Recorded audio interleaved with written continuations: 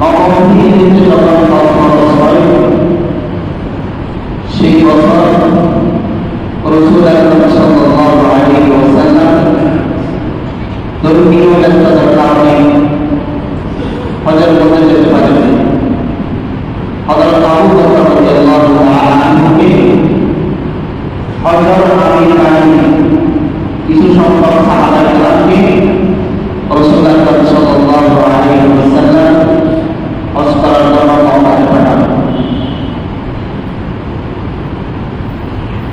রাসূল সাল্লাল্লাহু আলাইহি ওয়াসাল্লাম হযরত আবু বকর রাদিয়াল্লাহু তাআলা আনহুকে জানাই দিলেন কিভাবে হজ করতে হয়, শিখিয়ে দিলেন কিভাবে হজ করতে হয়।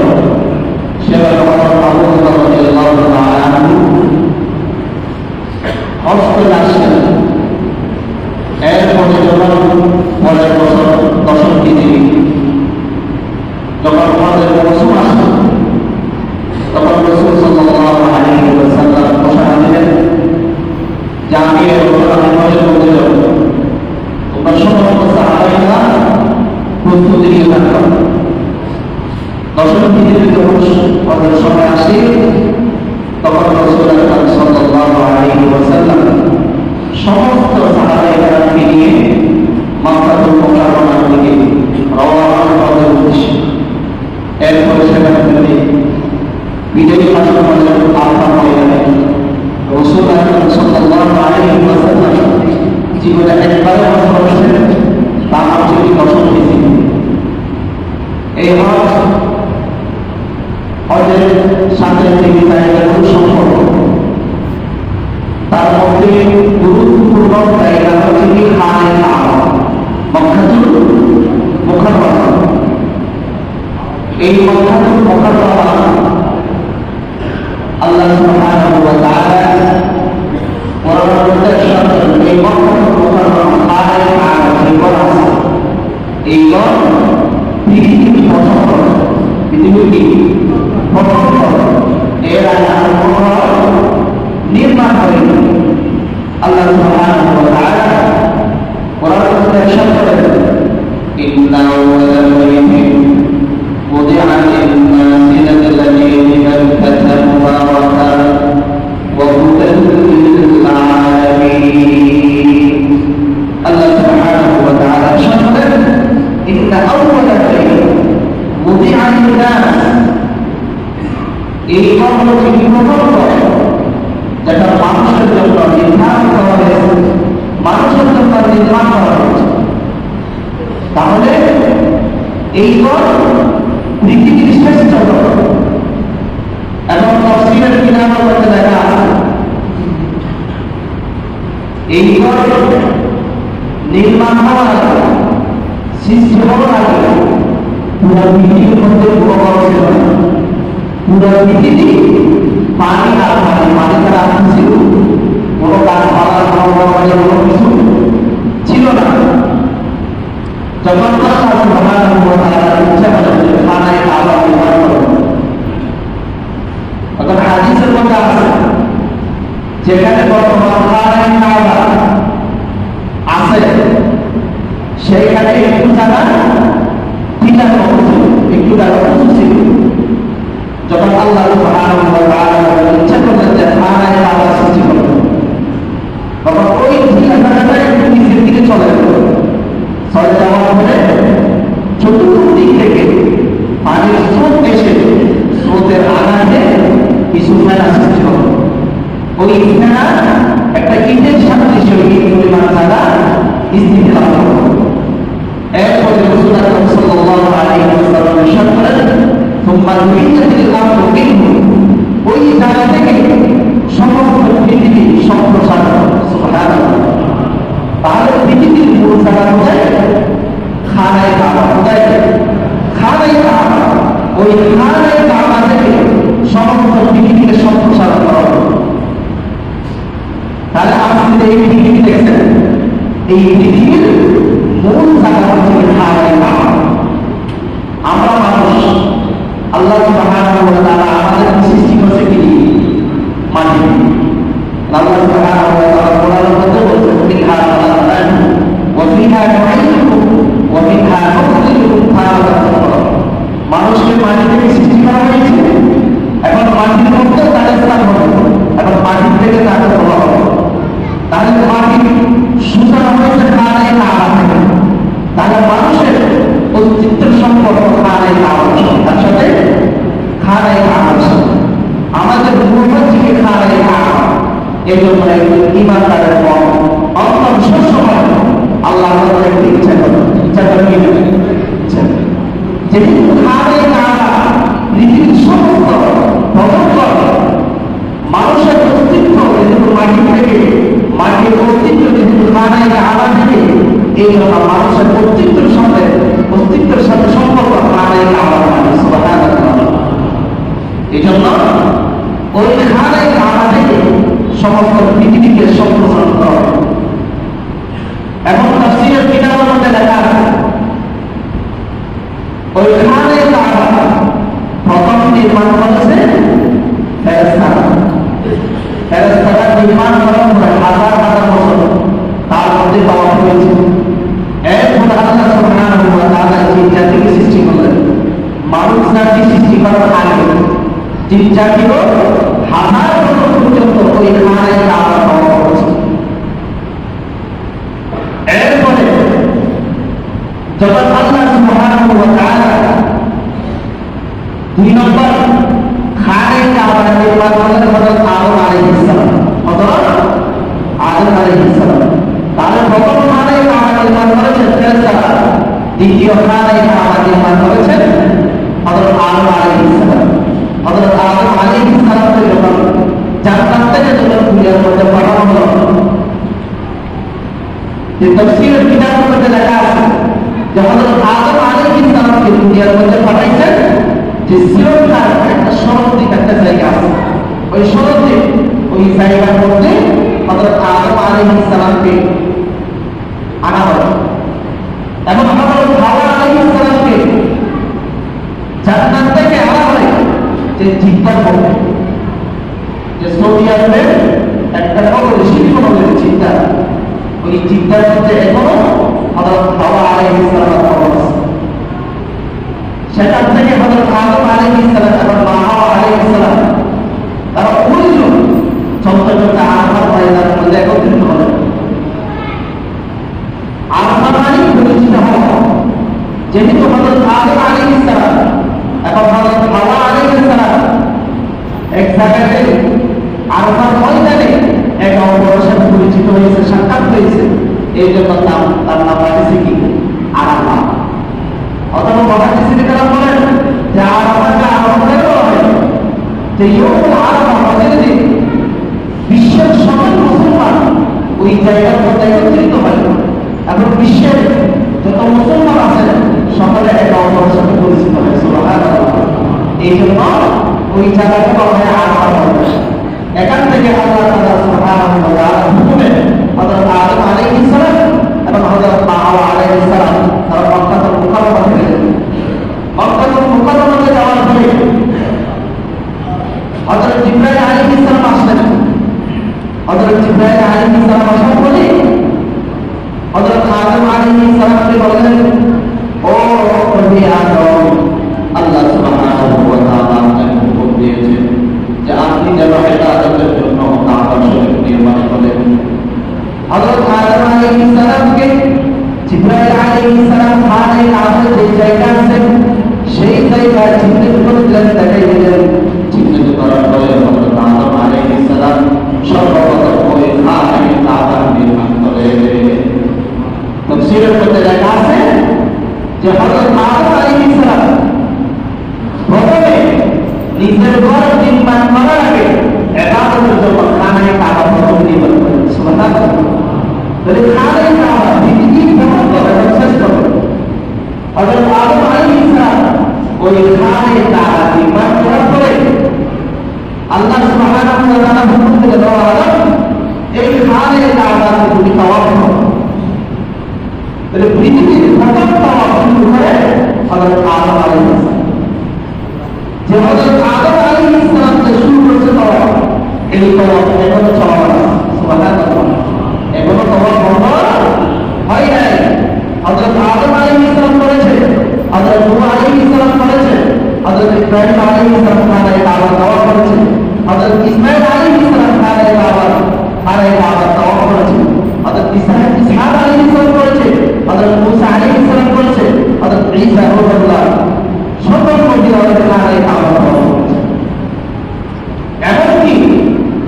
নূহ আলাইহিস সালাম যখন মহল্লা তুফান হলো তখন ওই খানে কাবাকে আল্লাহ সুবহানাহু ওয়া তাআলা পুরো জায়গা আসমানের মধ্যে তুলে দিয়েছেন।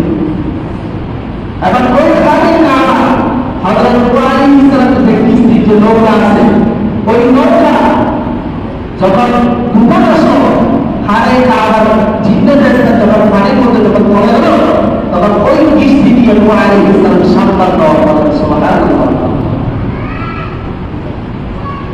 এমনকি তাফসীরের মধ্যে আছে যে হযরত ইব্রাহিম আলাইহিস সালাম যখন হযরত ইসমাঈল আলাইহিস সালাম এবং হাজার আলাইহিস সালামকে মক্কাতুল মুকাররমা খানে কাবার পাশে যখন রেখে যখন চলে যাচ্ছে সিরিয়া তখন হযরত ইব্রাহিম আলাইহিস সালাম আল্লাহর কাছে দোয়া করলেন। কি দোয়া করলেন? হযরত ইব্রাহিম আলাইহিস সালাম আল্লাহর কাছে দোয়া করলেন, রব্বানা ইন্নী আসকানতু মিন যুররিয়্যাতি বিওয়াদিন গায়রি ذي زرع عند بيتك المحرم ربنا ليقيموا الصلاة فاجعل أفئدة من الناس تهوي إليهم وارزقهم من الثمرات لعلهم يشكرون. হযরত ইব্রাহিম আলাইহিস সালাম আল্লাহর কাছে দোয়া করলেন, রব্বানা হে আমার রব ইন্নী আসকানতু মিন যুররিয়্যাতি বিওয়াদিন গায়রি ذي زرع عند بيتك المحرم আমি আমার সন্তান থেকে কিছু বংশধরকে যে আপনার পবিত্র জায়গা চালিয়ে রেখে যাচ্ছে যেই জায়গা অবাধ জায়গা যেই জায়গা গায়রি ذي زرع যে শাসাবাদের উপযোগী না মক্কাতুল মুকাররমা এবং তার আশেপাশের জায়গাগুলো তুমি পরবর্তী জায়গা যেখানে শাসাবার কোনো সম্ভাবনা নাই। এরপরে হযরত ইব্রাহিম আলাইহিস সালাম বললেন, রব্বানা লিকিমুস সালাত, হে আল্লাহ যে আমার সন্তানরা যেন নামাজ কায়েম করতে পারে এবং কিছু মানুষকে তাদের প্রতি আকৃষ্ট করতে এবং তাদেরকে ফলমূল দিয়ে রিজিকের ব্যবস্থা করতে। এখন ফলমূল কোথায় হবে? মক্কা এবং মক্কার আশেপাশে জায়গা এগুলো তো অরণ্য জায়গা যেখানে শ্বাসের অনুভূতি জায়গা যেগুলো অনুভূতি জায়গা পাথরের জায়গা যেখানে শাসাবাদ হওয়ার কোনো সম্ভাবনা। এখন হযরত ইব্রাহিম আলাইহিস সালাম দোয়া করলেন যে আমার পরিবারের জন্য এমন যারা পরবর্তী প্রজন্ম আছে তাদেরকে যেন ফলমূল দিয়ে তাদেরকে রিজিকের ব্যবস্থা করা। আল্লাহ সুবহানাহু ওয়া তাআলা যখন ইব্রাহিম আলাইহিস সালামকে এই দোয়া করলেন আল্লাহ সুবহানাহু ওয়া তাআলা সেই দোয়া কবুল করলেন। এই দোয়া কবুল করলেন আল্লাহ সুবহানাহু ওয়া তাআলা হযরত জিবরাইল আলাইহিস সালামকে আদেশ দিলেন, ও জিবরাইল তুমি তো ওই সিরিয়ার একটা ঘোড়া নামের একটা জায়গা আছে সেখান থেকে একটা ভূখণ্ড তুমি সেখান থেকে নিয়ে আসো। হযরত জিবরাইল আলাইহিস সালাম সিরিয়ার ও ঘোড়া নামক ভূখণ্ড জায়গা থেকে একটা অংশ নিয়ে আসলেন গাছপালা এবং ফলমূল সহ নিয়ে আসার পর আল্লাহ বলেন, ইয়া আরহামুর রাহিমিন, ও রব্বানা আমি ওই ঘোড়া জায়গা থেকে একটা জায়গা নিয়ে এসে ভর্তি করব। আল্লাহ সুবহানাহু ওয়া তাআলা তাফসীরের কিতাবের মধ্যে আছে আল্লাহ সুবহানাহু ওয়া তাআলা হযরত জিবরাইল আলাইহিস সালামকে আদেশ দিলেন, ওই জায়গাকে তুমি খানে কাবার চতুর্পাশে 7টা চক্কর দিলেন। সুবহানাল্লাহ। যে ওই জায়গা কে হযরত জিবরাইল আলাইহিস সালাম খানে কাবার চতুর্দিকে 7টা চক্কর দিয়ে সেটা মক্কাতুল মুকাররমা থেকে 100 কিলোমিটার দূরে, যেটাকে আমরা পয়েন্ট বলি। কি বলি?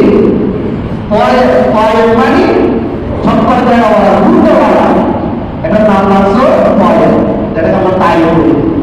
যে মক্কা থেকে 100 কিলোমিটার দূরে, যেটা নিচের ভূমি থেকে 6000 ফুট উপরে। আলহামদুলিল্লাহ আমাদের যাওয়ার সুযোগ হয়েছে। সেখানে হযরত ইবনে আব্বাস রাদিয়াল্লাহু তাআলা খবর প্রকাশ করেছে, নিচের মাটি থেকে 6000 ফুট উপরে তাই ওই নায়ককে আল্লাহ সুবহানাহু ওয়া তাআলা যে মক্কাতুল মুকাররমা খানে কাবার চতুর্পাশে তওয়াফ করে সিরিয়া থেকে হৌরান নামক ভূখণ্ড সেখানে স্থাপন করেছেন আল্লাহ সুবহানাহু ওয়া তাআলা। তাহলে যে হযরত আদম আলাইহিস সালাম থেকে যে তওয়াফ শুরু হয়েছে এই তওয়াফ এখনো চালু আছে, আগেও ছিল এখনো সেই তওয়াফ চালু আছে। এবং এরপরে মক্কাতুল মুকাররমা যে নির্মাণ করেন হযরত আদম আলাইহিস সালাম ছেলে হযরত শীশা আলাইহিস সালাম। এই মক্কাতুল মুকাররমা এই যাবত 10 বার নির্মাণ হয়েছে। কয়বার? 10 বার নির্মাণ হয়েছে। এরপরে হযরত ইব্রাহিম আলাইহিস সালাম নির্মাণ করেন হযরত ইসমাঈল আলাইহিস সালামকে সাথে নিয়ে। এরপরে কওম আমারা নির্মাণ করেন। এরপরে কওম জুরহান নির্মাণ করেন। এরপরে কুরাইশরা ওই মক্কাতুল মুকাররমা খানে কাবা নির্মাণ করেন। যখন খানে কাবা কুরাইশরা যখন নির্মাণ করতেছিল তখন যে তারা কিছু টাকা পাঠিয়েছে, অর্থের অভাবে তারা পুরো খানে কাবা নির্মাণ করতে পারে। এজন্য রাসূল আকরাম সাল্লাল্লাহু আলাইহি ওয়াসাল্লাম যখন মৃত্যু শয্যায় ছিল তখন রাসূল আকরাম সাল্লাল্লাহু আলাইহি ওয়াসাল্লাম ইচ্ছা করছিলেন যে এখানে কাবা যে ভেঙে যে হযরত ইব্রাহিম আলাইহিস সালামের খানে কাবা যে কাঠামো ছিল সেই কাঠামোকে নির্মাণ করা। যে হযরত ইব্রাহিম আলাইহিস সালামের খানে কাবা যে কাঠামোটি নির্মাণ ছিল সেই খানে কাবার দরজা ছিল নিচে, আর এটা দরজা ছিল কোথায়? একদম মাটির সাথে লাগে। তখন দরজা ছিল দুইটা, যে একটা দিয়ে মুক্ত আর একটা দিয়ে ব্যবহার। কিন্তু এখন যেটা খানে কাবা তার দরজা হচ্ছে অনেক উপরে আর দরজা একটাই। এখন পাশে যে হাতি যে জায়গাটা বাউন্ডারি দিয়ে আছে এটা হচ্ছে খানে কাবার অংশ। কিসের অংশ? খানে কাবার অংশ। সেখানে যদি কেউ নামাজ পড়ে তাহলে খানে কাবার ভিতরে নামাজ পড়লে যে সওয়াব, ওই বাহিরে খানে কাবা যেটা হাতি আছে ওই হাতির মধ্যে নামাজ পড়লে ওই হচ্ছে সুবহানাল্লাহ। এটা আমাদের মধ্যে একটা ইহসান হলো যে খানে কাবার ভিতরে সহজে সাধারণ মানুষ ঢুকতে পারে না। যারা প্রধানমন্ত্রী, রাষ্ট্রদূত বা পররাষ্ট্রমন্ত্রী যারা তাদের দেশের বেস্ট তারা ঢুকতে, কিন্তু যারা সাধারণ মানুষ তারা যদি খানে কাবার ভিতরে নামাজ পড়তেছে তাহলে রাসূল আকরাম সাল্লাল্লাহু আলাইহি ওয়াসাল্লাম ইরশাদ করেন যে হযরত আয়েশা রাদিয়াল্লাহু তাআলা আনহা বলেন যে বাহিরে যে হাত যেটা আছে সেখানে প্রত্যেক যদি নামাজ পড়ো সেখানে নামাজ পড়া মানে খানে কাবার ভিতরে নামাজ পড়া। সুবহানাল্লাহ। এই যে ওই খানে কাবার ভিতরে যেটা আছে এটা হচ্ছে কি হাজ্জাজ বিন ইউসুফের নির্মাণ। হাজ্জাজ বিন ইউসুফ হযরত আব্দুল্লাহ বিন জুবাইর রাদিয়াল্লাহু তাআলা আনহুকে শাহাদাত বরণ করে যে ওই খানে কাবাকে ভেঙে দিয়ে আবার সেই ওই কুরাইশের অনুযায়ী আবার সেটা নির্মাণ করবে। তো বলতেছিলাম যে আল্লাহ সুবহানাহু ওয়া তাআলা বলেন ইন্না আউওয়ালা বাইতিন উদিআ লিন-নাসি লাল্লাযী বিবাক্কাতা মুবারাকান ওয়া হুদাল লিল-আলামিন। যে খানে কাবা হচ্ছে পৃথিবীর সর্বপ্রথম এবং যেটা মক্কাতে অবস্থিত, যে আমরা যেটা মক্কা বলি তার আগে পূর্ববার নাম ছিল কি? মক্কা। এই মক্কাকে মক্কা বানাইছে এবং আল্লাহ সুবহানাহু ওয়া তাআলা ওই ঘরের বৈশিষ্ট্য বর্ণনা করেন যে মুবারাকান ওয়া হুদাল লিল-আলামিন। ওই ঘর বরকতপূর্ণ ঘর, ওই ঘরের মধ্যে শুধু বরকত আর বরকত, বরকত আর বরকত। আপনারা দেখেন সেই ঘরের মধ্যে মক্কা এবং মক্কার আশেপাশের এলাকায় এবং বড়গুলি থাকে, এখানে কোনো ফলফুল হয় না। আপনি যখন যাবেন ওই মক্কাতে আপনি মৌসুমী হোক মৌসুমী হোক সমস্ত ফল সেখানে পাবেন। সুবহানাল্লাহ। এমনকি হজের সময় লক্ষ লক্ষ মানুষ উপস্থিত হয়, সেখানে কোনোদিন শোনা যায় না যে এখানে রিজিকের বা খাদ্যের অভাব হয়েছে। কেউ কি শুনছেন? শুনেন নাই। এগুলো কোথায় থেকে আসে? আল্লাহ সুবহানাহু ওয়া তাআলা ছাড়া কেউ জানেন না। এবং হজের সময় সমস্ত হাজি যারা কোরবানি করে, এই কোরবানির পশুর দ্বারা তারা কোনো দেশ থেকে কোনো আমদানি করে না। কোথায় থেকে এই কুরবা ছাগল আসে আল্লাহ সুবহানাহু ওয়া তাআলা ছাড়া কেউ জানে না। এই জন্য আল্লাহ সুবহানাহু ওয়া তাআলা বলছে ওই ঘর মুবারাকান, সেই ঘর মুবারাক আর বরকত আর বরকত। সেই ঘরের বরকত কি রকম? যে রাসূল আকরাম সাল্লাল্লাহু আলাইহি ওয়াসাল্লাম বলেন ওই কাবা শরীফ, ওই খানে কাবা এমন বরকত, কেউ যদি খানে কাবার দিকে দেখে তাহলে সে উপর বরকত করে। ওই খানে কাবাকে স্পর্শ করলে সেও বরকত অর্জন করে, ওই খানে কাবাকে চুমা দিলে সেও বরকত অর্জন করে। সুবহানাল্লাহ। রাসূল আকরাম সাল্লাল্লাহু আলাইহি ওয়াসাল্লাম বলেন ينزل الله على هذا البيت كل ساعة 120 رحمة ওই খানায় কাবা প্রতি মুহূর্তে 120টা রহমত নাযিল হয়। ওই খানায় কাবার উপর প্রতিটা মুহূর্তে প্রতিটা সেকেন্ডে আল্লাহ সুবহানাহু ওয়া তাআলা পক্ষ থেকে 120টা কিতাব নাযিল হয়, রহমত নাযিল হয়। তার মধ্যে সিদ্দিনা ইব্রাহিম যারা তওয়াফ করে ওই খানায় কাবা তাদের জন্য 7টা রহমত, তারা 7টা রহমত পায়। যারা সেখানে নামাজ পড়ে তারা 40টা রহমত পায়, এবং যারা শুধু যারা শুধু ওই খানে কাবা শুনে দেখে তাদের জন্য 20টা রহমত পাওয়া। সুবহানাল্লাহ। তার ওই খানে কাবা তাওয়াফ করলে 7টা রহমত তার উপর নাযিল হয়, এবং যারা মুসল্লি খানে কাবার মধ্যে নামাজ পড়ে তাদের জন্য 40টা স্পেশাল রহমত তাদের জন্য নাযিল হয়। এবং খানে কাবার মধ্যে যদি কেউ সুখে স্পর্শ করে সুখে দেখে তাহলে তাদের জন্য 20টা রহমত নাযিল। এবং ওই খানে কাবা কেমন মুবারক, আল্লাহ সুবহানাহু ওয়া তাআলা বলেছেন যে মুবারক সমস্ত পৃথিবীর জন্য ওই খানে কাবা মুবারক বরকত। এমন বরকতময় হাদিস শরীফের মধ্যে আছে খানে কাবার মধ্যে যদি কেউ এক রাকাত নামাজ পড়ে তাহলে 1 লক্ষ রাকাতের সওয়াব। সুবহানাল্লাহ। এক দুই রাকাতের পরে কত? 1 লক্ষ রাকাতের সওয়াব। রাসূল আকরাম সাল্লাল্লাহু আলাইহি ওয়াসাল্লাম বলেন as-salatu fil masjidil haram ta'dilu bi alfi salati। কেউ যদি খানে কাবা যদি 1 রাকাত নামাজ পড়ে তাহলে তাকে 100,000 অর্থাৎ 1 লক্ষ নামাজের সওয়াব তাকে দান করা হবে। খানে কাবা এই জন্য বলতেছিলাম এটা বরকত আর বরকত, সেটা দেখবো বরকত, স্পর্শ করবো বরকত, সুবা দিলেও বরকত। এরপরে আল্লাহ সুবহানাহু ওয়া তাআলা দ্বিতীয় আয়াতে বলেন ফীহি আয়াতুন বাইয়িনাত ফীহি আয়াতুন বাইয়িনাতুন মাকামু ইব্রাহিম। ওই খানে কাবার মধ্যে কিছু স্পষ্ট সেখানে চিহ্ন আছে, সেখানে কতগুলো প্রকাশ্য নিদর্শন আছে। তার মধ্যে একটা হচ্ছে কি মাকাম ইব্রাহিম, হযরত ইব্রাহিম আলাইহিস সালামের বড় চিহ্ন, যেটা খানে কাবার পাশে অবস্থিত। এটা একটা খানে কাবা আল্লাহ সুবহানাহু ওয়া তাআলার পক্ষ থেকে একটা নিদর্শন স্বরূপ। তো ওই খানে কাবার পাশে যেটা মাকাম ইব্রাহিম আছে, যে ইব্রাহিম আলাইহিস সালাম যখন খানে কাবা যখন নির্মাণ করেছিল ওই পাথরের উপর দাঁড়িয়ে হযরত ইব্রাহিম আলাইহিস সালাম খানে কাবা নির্মাণ করেছিলেন। ওই পাথরের উপর যখন হযরত ইব্রাহিম আলাইহিস সালাম দাঁড়াইতো তখন ওই পাথরটা মোমের মতো নরম হয়ে যেত। সুবহানাল্লাহ। এই জন্য তো হযরত ইব্রাহিম আলাইহিস সালাম পদচিহ্ন কেনা আছে, না হয় পাথরের মধ্যে যদি আপনি পুরো দিন ধরে আঘাত করেন এরকম কি চিহ্ন থাকবে? চিহ্ন থাকবে।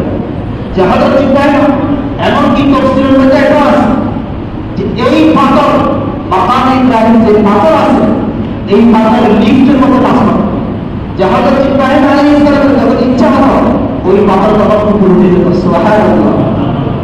যখন হযরত ইব্রাহিম আলাইহিস সালাম ইচ্ছা করতেন নিচে নামার জন্য তখন ওই পাথরটা অটোমেটিকলি নিচে নামে। এই জন্য যে মাকাম ইব্রাহিম এটা হচ্ছে কি আল্লাহ সুবহানাহু ওয়া তাআলা নিদর্শন সমূহ থেকে একটা নিদর্শন সমূহ। এবং হাদিসের মধ্যে আরো আছে 2 নম্বর নিদর্শন যে খানে কাবার সাথে লাগানো হাজারে আসওয়াদ।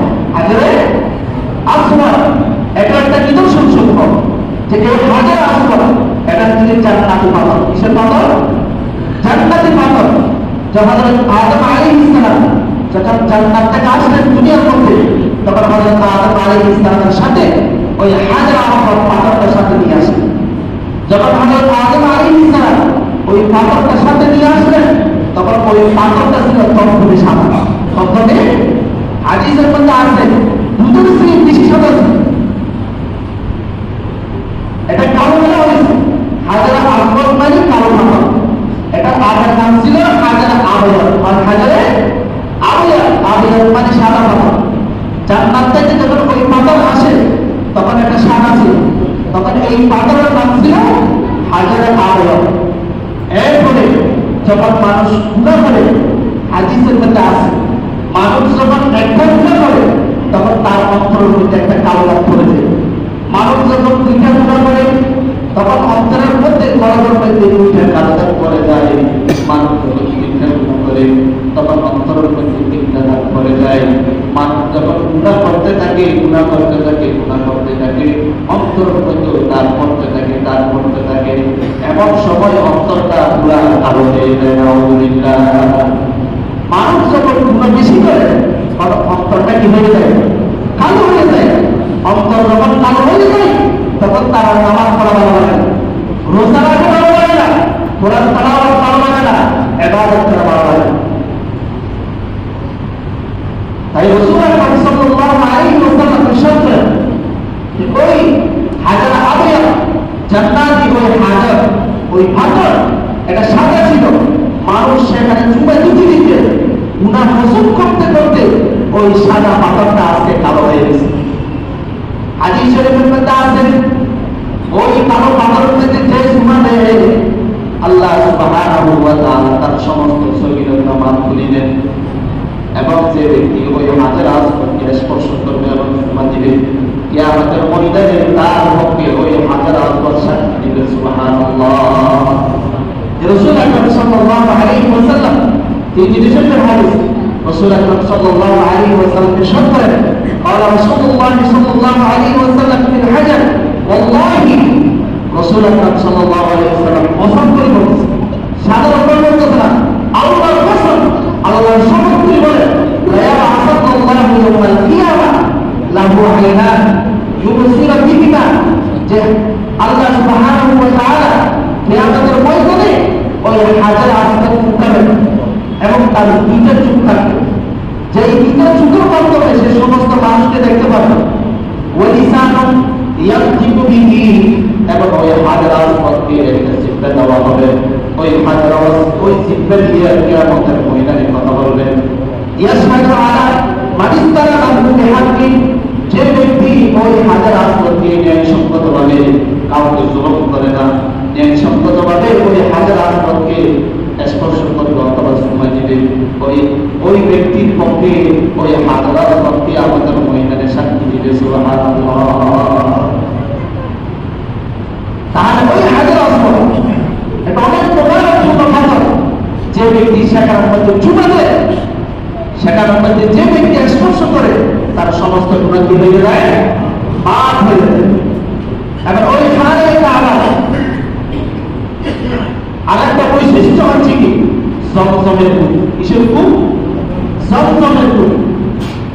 ওই জমজমের কূপ রাসূল আকরাম সাল্লাল্লাহু আলাইহি ওয়াসাল্লাম বলেন ওই জমজমের কূপ, ওই জমজমের কূপের পানির মধ্যে দুইটা বৈশিষ্ট্য আছে। কয়টা বৈশিষ্ট্য? দুইটা বৈশিষ্ট্য। একটা হচ্ছে কি ওই জমজমের কূপের পানি যদি কেউ পান করে তাহলে মানুষের যে খিদা লাগে ওই খিদা নিবারণ হয়ে যায়। সুবহানাল্লাহ। এবং ওই জমজমের কূপের আরেকটা বৈশিষ্ট্য হচ্ছে কি ওই জমজমের কূপের পানি যারা পান করে আল্লাহ সুবহানাহু ওয়া তাআলা তাদেরকে রোগ থেকে শেফা দেন। রোগ থেকে কি দেয়? শেফা। এজন্য যে রাসূল আকরাম সাল্লাল্লাহু আলাইহি ওয়াসাল্লাম হাদিসের মধ্যে বলেন খায়রুল মা'ইন আলা ওয়াজহিল আরদি মা'উ যামযাম, পৃথিবীর মধ্যে যত পানি আছে, যত ধরনের পানি আছে, সমস্ত পানির চেয়ে আফজল এবং বৈশিষ্ট্যপূর্ণ পানি, গুরুত্বপূর্ণ পানি, ফজিলতপূর্ণ পানি হচ্ছে জমজমের পানি। জমজমের পানির উপরে পৃথিবীর মধ্যে আর কোনো পানি নেই। ফিহি তাআমুন মিনাত তাআম, এবং ওই জমজমের পানির মধ্যে একটা বৈশিষ্ট্য আছে, যেটা খাদ্যের বৈশিষ্ট্য। অন্য পানি আপনি পান করলে আপনার পিপাসা নিবারণ হয়, কিন্তু ভুক্তি হয় না, ক্ষুধা নিবারণ হয় না। কিন্তু জমজমের পানির মধ্যে আল্লাহ সুবহানাহু ওয়া তাআলা এমন একটা বৈশিষ্ট্য দিয়েছেন, জমজমের পানি পান করার সাথে সাথে আপনার পিপাসা নিবারণ হবে এবং আপনার ক্ষুধা নিবারণ হবে। সুবহানাল্লাহ। এবং ওই জমজমের পানির মধ্যে আরেকটা বৈশিষ্ট্য হচ্ছে যে এই জমজমের পানি যে পান করে আল্লাহ সুবহানাহু ওয়া তাআলা তার সমস্ত রোগ থেকে নিরাপদ করে দিবেন। সুবহানাল্লাহ। এই জন্য তো ইমাম মালিক রাহমাতুল্লাহি আলাইহি বলেন যে আমি ওই জমজমের পানি আমার পেট যখন খারাপ হলো আমি ওই জমজমের পানি পান করার সাথে সাথে যে আল্লাহ সুবহানাহু ওয়া তাআলা আমাকে সেটা দিয়ে দিলেন।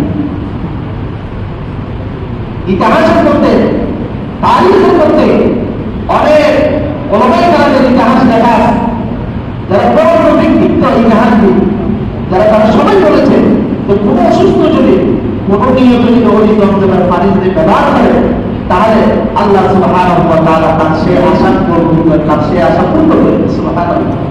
এজন্য রাসূল আকরাম সাল্লাল্লাহু আলাইহি ওয়াসাল্লাম বলেন, হাদিসের মধ্যে আছে মা মুসাদ্দাম লিমা শুরিবা লাহু, যে জমজমের পানি যে ব্যক্তি যে উদ্দেশ্য পান করে আল্লাহ সুবহানাহু ওয়া তাআলা তার সেই উদ্দেশ্য পূর্ণ করে দেন। সুবহানাল্লাহ।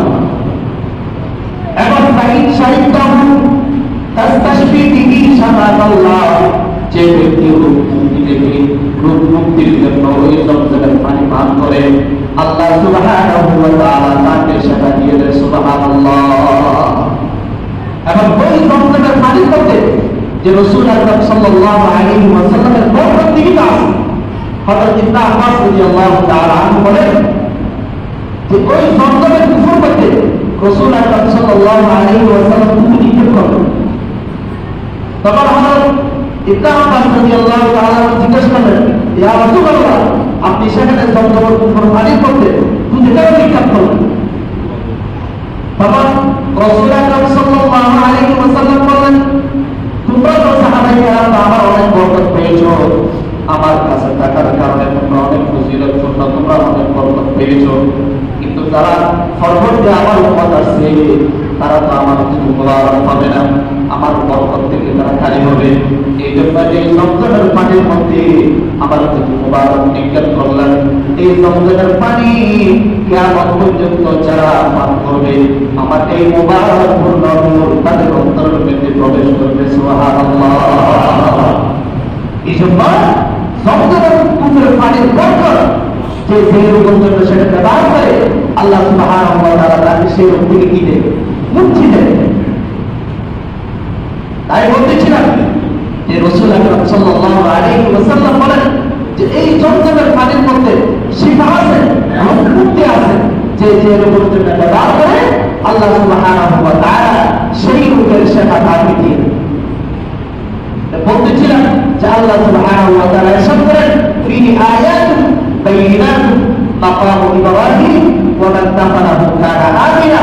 ওই খানে কাবার মধ্যে তার আরেকটা বৈশিষ্ট্য হচ্ছে ওয়া মান দাখালাহু কানা আমিনা, ওই খানে কাবার মধ্যে যে প্রবেশ করে সে সমস্ত বিপদ থেকে সমস্ত মুসিবত থেকে সে হেফাজত থাকে, সে আল্লাহ সুবহানাহু ওয়া তাআলা তাকে সমস্ত বলা মুসিবত থেকে রক্ষা করে। এই জন্য যে তাফসীরের কিতাবের মধ্যে লেখা আছে যে জাহিলি যুগের মধ্যে তারা সামান্য কারণে 19-20 কারণে তারা যুদ্ধে একে অপরের বিরুদ্ধে যুদ্ধ করত। যুদ্ধের মধ্যে তারা লেগে থাকতো সামান্য বিষয়ের কারণে, একটা কথা কারণেই তারা যুদ্ধে একে অপরের বিরুদ্ধে যুদ্ধ করত।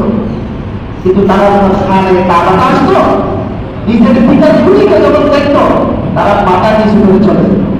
এই খানে কাবার ইজ্জত সম্মান তখনও ছিল, রাসূল সাল্লাল্লাহু আলাইহি ওয়াসাল্লাম যুগে ছিল, এখনো আছে। এই জন্য এই খানে কাবার মধ্যে এক সময় যে ছাগল এবং বাঘ একসাথে বিচরণ করত, যে বাঘ ছাগলের উপরে আক্রমণ করতো না, এটা তারা জানে একটা নিরাপদ জায়গা। কি জায়গা? নিরাপদ জায়গা। এই জন্য বাঘে ছাগলের উপর আক্রমণ করতো না, সিংহ ছাগলের উপর আক্রমণ করতো না, অথচ খানে কাবার এরিয়াতে বাউন্ডারিতে তারা একসাথে বিচরণ করতো, কেউ কারো কি করতো না, হামলা করতো না। এটা আল্লাহ সুবহানাহু ওয়া তাআলার পক্ষ থেকে একটা আযমত, একটা ইজ্জত। এই জন্য এই খানে কাবা যারা ধ্বংস করতে চেয়েছে আল্লাহ সুবহানাহু ওয়া তাআলা তাদের কি করে দিয়েছেন? ধ্বংস করে দিয়েছেন। যারা ওই খানে কাবার ইজ্জতকে বর্জন করতে চেয়েছেন, অপদস্থ করতে চেয়েছেন, তাদেরকে আল্লাহ সুবহানাহু ওয়া তাআলা দুনিয়ার মধ্যে ধীরে ধীরে ধ্বংস করে দিয়েছেন। এই খানে কাবাকে ধ্বংস করতে আসছে না আবার ভর্তি বাহিনী নিয়ে আল্লাহ সুবহানাহু ওয়া তাআলা কোরআনের মধ্যে সূরা নাযিল করেছেন সূরাতুল ফিল, যে তাদেরকে কিভাবে ধ্বংস করলেন, অনেক লম্বা কাহিনী। এই জন্য যে এই খানা এই কাবার সাথে হজের সাথে সম্পর্ক, যাদের উপর হজ ফরজ, আমরা যত ফরজ ইবাদত আছে এই হজ হচ্ছে কি অবৈধ ইবাদত। অনেকের কাছে টাকা পয়সা থাকে কিন্তু হজে যেতে চায়, তারা বলে আর একটু বয়স হলে যখন বিপদে যাব, যখন পুজো হয়ে যাব, তখন আমরা কোথায় যাবো, হজ করতে যাবো। অথচ হজ একটা যুবকদের ইবাদত, যারা হজের করতে যায় তারা জানে কি যে কষ্ট। এই জন্য রাসূল আকরাম সাল্লাল্লাহু আলাইহি ওয়াসাল্লাম বলেন, মান আরাদা হাজ্জা ফালইউহাজ্জ, তুমি যদি হজ করার ইচ্ছা করো, ইরাদা করো, তাহলে তাড়াতাড়ি করে নাও। এটা মানুষের হায়াত, এটা সীমিত হায়াত। তুমি নিয়ম করছো তোমার উপর হজ ফরজ, কোনো কারণে যদি এক বছর যদি মিস করো তাহলে এক বছর অপেক্ষার উপর, কয় বছর? হজ তো বছর হয় পরিবার একবার, এক বছর যদি মিস করেন তাহলে আরো এক বছর অপেক্ষা করতে হবে হজের জন্য। এখন আপনি এক বছর পর্যন্ত আপনার হায়াত আছে কি নেই, এটা কিন্তু বেশ প্রশ্ন। মানুষের হায়াত, এই জন্য রাসূল আকরাম সাল্লাল্লাহু আলাইহি ওয়াসাল্লাম বলেন, তোমার উপর যদি হজ ফরজ হয়ে থাকে তুমি হজ করে নাও, তাড়াতাড়ি করে নাও। তারা মানুষের হায়াতের কোনো গ্যারান্টি নাই। হয়তো তোমার পরিমাণ টাকা পয়সা আছে, তোমার পরবর্তীতে হয়তো তোমার টাকা পয়সা না থাকতে পারে। মানুষের উপর একবার যদি হজ ফরজ হয়ে যায়, এটা ফরজের থেকে এটা নিজে জিম্মাদারি থেকে যায় না। এই জন্য রাসূল আকরাম সাল্লাল্লাহু আলাইহি ওয়াসাল্লাম বারবার তাগিদ দিয়েছেন যে উম্মত তোমার উপর যখন হজ ফরজ হয়ে যায় তুমি তাড়াতাড়ি বিলম্ব না করে ওই হজটা তাড়াতাড়ি করে নাও। এই জন্য আমাদের উপর যাদের উপর হজ ফরজ, আমরা সকলে নিয়ত করে নিই যে রাসূল আকরাম সাল্লাল্লাহু আলাইহি ওয়াসাল্লাম বলেন, যারা কবুল হজ করে, যাদের হজ কবুল হয় তারা যেন মায়ের পেট থেকে জন্মগ্রহণ করা হবে। সুবহানাল্লাহ, যে মায়ের পেট থেকে যদি কেউ জন্ম হয় তার কোনো গুনাহ থাকে? কোনো গুনাহ থাকে না। হজের মাধ্যমে আপনার কবিরা গুনাহ হয়, সগীরা গুনাহ হয়, সমস্ত গুনাহ হয়। এই জন্য আমরা সকলে যে যাদের উপর হজ ফরজ আমরা নিয়ত করি যে হজ ফরজ করার সাথে সাথে যে হজটা তারা যেন আল্লাহ তাআলা তৌফিক দেন আমাদেরকে। আমরা সকলে দোয়া করি আল্লাহুম্মা আমিন। আল্লাহ সুবহানাহু ওয়া তাআলা আমাদেরকে শোনার এবং